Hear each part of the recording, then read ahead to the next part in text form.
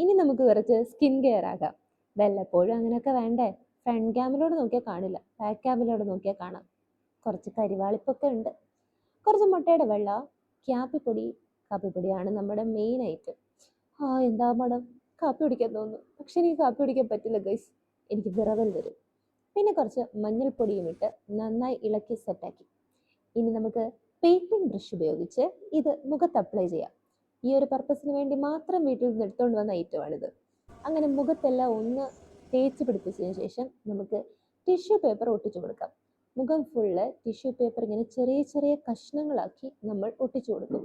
എന്നിട്ട് അതിന് മുകളിൽ കൂടി വീണ്ടും ഒരു ലെയർ ഇടും. അപ്പം മുഖത്ത് ഒരുമാതിരി ഒരു സെറ്റപ്പായി കിട്ടും. അങ്ങനെ മുഖത്തെല്ലാം അപ്ലൈ ചെയ്ത് ഇനി നമുക്കിതൊന്ന് ഉണങ്ങാൻ വെക്കാം. അങ്ങനെ വെറുതെ ഇരുന്നാൽ പറ്റുമോ? ആ സമയത്ത് നമുക്ക് കുറച്ച് നഖവും വെട്ടാം. എന്തിനാണ് സമയം വെറുതെ പാഴാക്കുന്നത്? ഇതിപ്പോൾ കുറച്ച് ഉണങ്ങി സെറ്റായിട്ടുണ്ട്. ഇനി നമുക്കിത് വലിച്ച് കീറിയെടുക്കാം. അങ്ങനെ വലിച്ചു കീറിയെടുക്കല്ലോ കേട്ടോ, പയ്യെ പയ്യെ ഇളക്കിയെടുക്കാം. അല്ല ഇതാര്? ജിൽബി മോനോ? കൊള്ളാലോ. അങ്ങനെ പയ്യെ പയ്യെ ഓരോ ശകലങ്ങളായി നമ്മൾ മുറിച്ചെടുത്തതിന് ശേഷം എൻ്റെ ഏറ്റവും വിലപ്പെട്ട കുറച്ച് മുടിനാരിഴകളാണ് പൊട്ടിപ്പോയത്. ഒന്നും കാര്യമാക്കാതെ ഞാൻ വലിച്ച് ഇളക്കുകയാണ്.